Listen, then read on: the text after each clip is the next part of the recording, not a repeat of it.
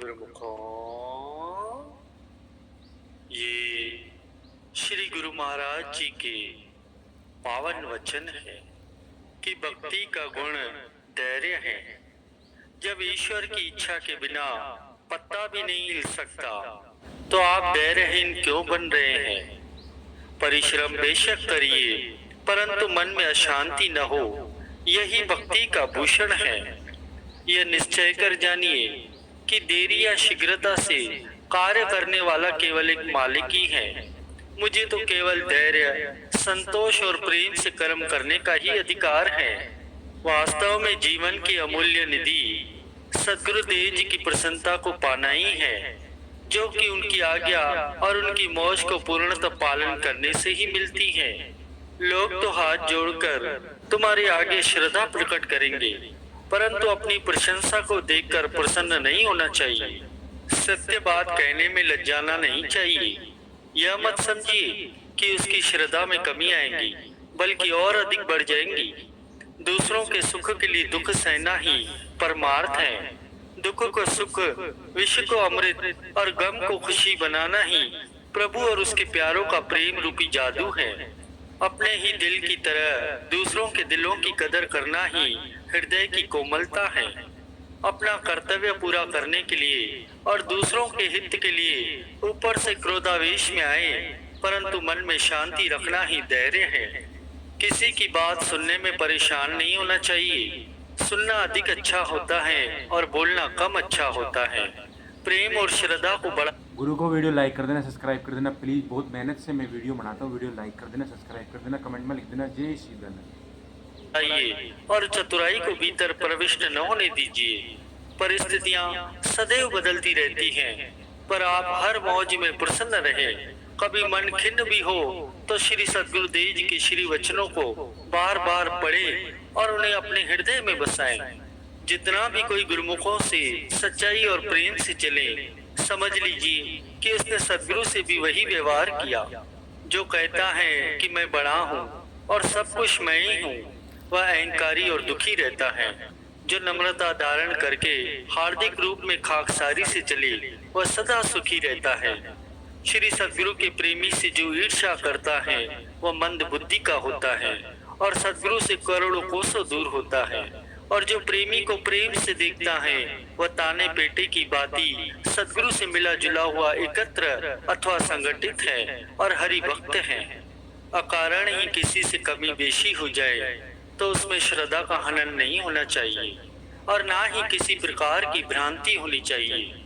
घर में कितने ही सदस्य रहते हैं, छोटे या बड़े, सबके विचार विभिन्न होते हैं, पर प्रेम से समय बिताना चाहिए। सेवा करते रहिए और अपना कर्तव्य निभाते रहिए। एक भरोसा, एक बल, एक आस विश्वास, मान भी ऐसा ही होना चाहिए। अस अभिमान जाए जनि बोरे, मैं सेवक रघुपति पति मोरे। वह देखने में चाहे साधारण ही क्यों न लगे, परंतु उसने सब कुछ किया और सब कुछ पा लिया। प्रेम हृदय से करना चाहिए। अगर देखा देखी करोगे तो सत्य छिप जाएगा और उसका विपरीत परिणाम निकलेगा। हे सेवक, श्री सद्गुरुदेव जी का गुप्त हाथ तेरे साथ है। तो सदैव हंसता रहे, अर्थात प्रसन्न रहे। सद्गुरु के वचनों पर जितना विश्वास करके चलते रहेंगे तो आपको कोई भी दुख स्पर्श नहीं कर सकता। सेवक का यही धर्म है कि श्री सद्गुरुदेव जी के वचन चेतावनी हेतु चाहे कितने भी कठोर क्यों न हो, मन के विपरीत क्यों न हो और समझ में न आवे, तो भी सत्य सत्य करके माननी चाहिए। हम जिस मार्ग पर चल रहे हैं उसका नाम है रूहानी मार्ग। गुरु भक्ति को प्राप्त करने के लिए ही इस मग में पग रखा है और उसी को इसकी प्राप्ति होती है जो अपने मन को गुरुमति में डालता है। सत्य के उपदेशक की प्रत्येक युग में जय जयकार होती है। सुख तो तभी मिलते हैं जब सद्गुरु के वचनों पर पूर्ण विश्वास रखते हुए उनका परिपालन किया जाता है और परिणाम भी उनके आश्रय पर छोड़ दिया जाता है। सत्यार्थी की निगरानी सद्गुरुदेव जी स्वयं करते हैं, इसलिए उसे डरना नहीं चाहिए। सच्चे सेवक की प्रत्येक कमी को पूर्ण करने का उत्तरदायी बनना सद्गुरु अपना कर्तव्य समझते हैं। आप सत्य की ओर पग बढ़ाते चले। आगे जितनी भी बाधाएं या उलझने आएंगी, वे सब धुएं के पहाड़ की तरह काफुर होती जाएंगी। जब सब कुछ श्री मौत से होता है तो अधिक विचारने और अशांत रहने की क्या आवश्यकता है। परीक्षा के समय अपनी अंतर्दृष्टि होनी चाहिए। यह भी उन्नति की एक सीढ़ी है। भक्ति के तुल्य त्रिलोकी में अन्य कोई सुख नहीं है।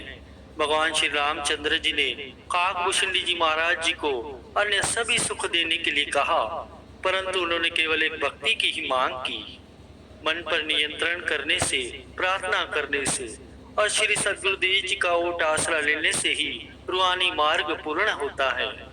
कभी भी विपरीत परिस्थितियों में क्रोध नहीं करना चाहिए। क्रोध और अशांति ये भक्ति में शोभा नहीं देते। अंदर से सावधान रहकर धैर्य, सहनशीलता और प्रेम से परिश्रम करना चाहिए और परिणाम मालिक के आश्रय पर छोड़ देना ये भक्ति के गुण है। और ऐसी भक्ति करने वालों के कार्य मालिक भली भांति करते हैं और उन्हें सद्गुरु के ध्यान के अलावा और कुछ भी ध्यान नहीं रहता। निर्भय रहिए और सर्वदा प्रसन्न रहिए। गरीबी जैसा गुण नहीं, प्रेम जैसा पारस नहीं। ये रत्न है जिसके पास भगवान रहते हैं उसके पास। सद्गुरु की सेवा श्रद्धा और नम्रता सहित करोगे तो कर्ण से मन होकर मिलेगा।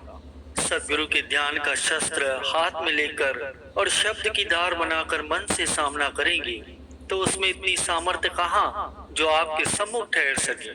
यदि सद्गुरुदेव जी का शब्द आपके साथ है तो वे प्रत्येक कठिनाई में आपकी निगरानी और रक्षा करेंगे। शब्द आपकी आत्मा है, शब्द ही परमात्मा है, शब्द ही सर्व सुखों की खान है। आप शब्द की कमाई करेंगे तो आपके सुप्त भाग्य भी जागृत हो जाएंगे। जिसके सिर पर श्री सद्गुरुदेव जी का हाथ है उसकी हानि कदापि न होगी और प्रत्येक स्थान पर उसे विजय ही प्राप्त होंगी। उन्हीं आत्माओं पर सद्गुरुदेव जी की प्रसन्नता उतरती है जो अहंकारियों से भी नम्रता का व्यवहार करते हैं। यदि आप सद्गुरुदेव जी के ध्यान को न भुलाएं और सदैव उन्हें याद रखें